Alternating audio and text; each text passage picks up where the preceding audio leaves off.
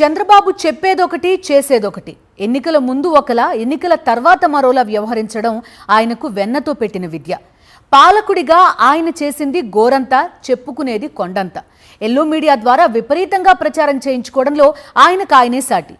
అలాంటి చంద్రబాబుకు best reformer of the year అవార్డును అందజేసింది ఎకనామిక్ టైమ్స్ పత్రిక.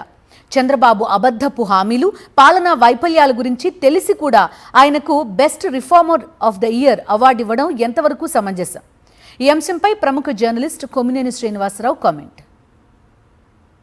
ఏపీ ముఖ్యమంత్రి చంద్రబాబు నాయుడుకు best reformer of the year అవార్డును ఎకనామిక్ టైమ్స్ అందజేసింది. మామూలుగా అయితే అభినందించాలి, కానీ అధికారంలోకి రావడానికి చేసిన ఎన్నికల వాగ్దానాలను చూస్తే చంద్రబాబు ఏ రకంగా రిఫార్మర్ అవుతారో అర్థం కాదు. సంస్కరణలకు తానే ఆద్యుణ్ణని ప్రచారం చేసుకోవచ్చు, అది నిజమా కాదా అన్నది వేరే విషయం. గత 2 ఏళ్లలో చంద్రబాబు తీసుకొచ్చిన సంస్కరణల జాబితా ఏమైనా ఎల్లో మీడియా ఇస్తుందేమోనని చూశాం, కానీ ఎక్కడా కనిపించలేదు. రాజకీయ పాలన చేస్తామని విపక్ష వైఎస్ఆర్ కాంగ్రెస్ కు మద్దతిచ్చే వారికి ఏ పని చేయవద్దని రెడ్ బుక్ కరాచాలతో టెర్రర్ సృష్టిస్తున్న చంద్రబాబు పాలన ఏ పార్టీ సంస్కరణో అవార్డు ఇచ్చిన వారికే తెలియాలి. నిజంగా ఆయన తన వయసుకు తగిన విధంగా హుందాగా, ప్రజలకు ఆదర్శంగా, అబద్ధాలు చెప్పకుండా ఎంతసేపు వైఎస్ఆర్ కాంగ్రెస్ పై అసత్య ఆరోపణలు చేసి రాజకీయ లబ్ధి పొందాలన్న తాపత్రయం లేకుండా ఉంటే ఆయన సంస్కరణలు చేసినా చేయకపోయినా అవార్డు తీసుకోవడం తప్పు కాదు. ఒకవైపు గత ముఖ్యమంత్రి వైఎస్ జగన్ విద్య, వైద్యం, పాలన తదితర రంగాల్లో తీసుకొచ్చిన అనేక సంస్కరణలను నీరుగార్చుతూ ప్రజల కోసం సృష్టించిన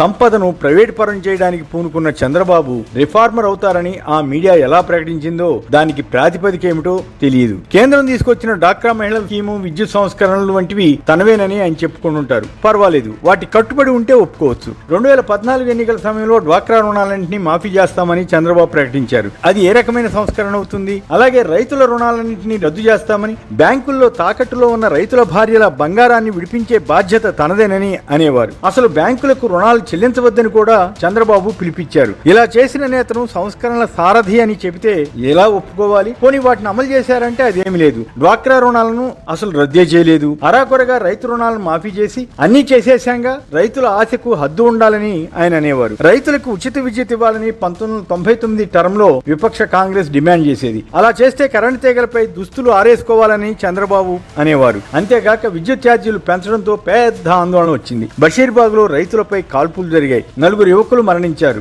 ఆ తర్వాత 2004లో టీడీపీ ఓటమి పాలైంది. తదుపరి ముఖ్యమంత్రి అయిన వైఎస్ రాజశేఖర రెడ్డి ఉచిత విద్యుత్తును అమలు చేసి చూపించారు. తద్వారా రైతులకు ఎంతో మేలు చేశారు. ఆ తర్వాత కాలంలో చంద్రబాబు కూడా సంస్కరణ మాట వదిలి ఉచిత కరెంటు ఘనత తనదేనని పాట ఆరంభించారు. 2019-24 మధ్య కేంద్రం సూచించిన మేరకు రైతులు వాడే విద్యుత్కు లెక్కల నిమిత్తం మోటార్లకు మీటర్లు పెట్టాలని వైసీపీ ప్రభుత్వం నిర్ణయించింది. మీటర్లు ఉన్నా మొత్తం వ్యయమంతా రాష్ట్ర ప్రభుత్వానిదేనని స్పష్టంగా చెప్పినా చంద్రబాబు, ఆయన కుమారుడు లోకేష్లు కర్షకుల మోటార్లకు మీటర్లు పెడతారా అని గొడవ చేశారు. ఇది సంస్కరణవాది చేసే పని అవుతుందా? లోకేష్ అయితే మరో అడుగు ముందుకేసి మీటర్లను పగలగొట్టాలని పిలిపించారు. 2024లో పవర్ సాధించిన తర్వాత దానికి కట్టుబడి ఉన్నారంటే అదేం లేదు. మోటార్లకు మీటర్లు పెట్టడానికి ఆదేశాలు ఇచ్చారు. పైగా గృహాలకు కూడా స్మార్ట్ మీటర్లు పెడుతుంటే విజయనగరంలో ఒక ఇంటి యజమాని వాటిని పగలగొట్టి నిరసన తెలిపారు. కేంద్రం ఆదేశాలకు అనుగుణంగా భూముల రీసర్వే స్కీమును జగన్ చేపడితే భూములు కాజేయడానికేనని అబద్ధాలు నిత్యం ప్రచారం చేశారు. అధికారంలోకి వచ్చాక అదే రీసర్వేని కొనసాగిస్తున్నారు. చంద్రబాబు ప్రభుత్వం ఇలా పరస్పర విరుద్ధంగా వ్యవహరించడం సరైనదేనా? విజన్ 2020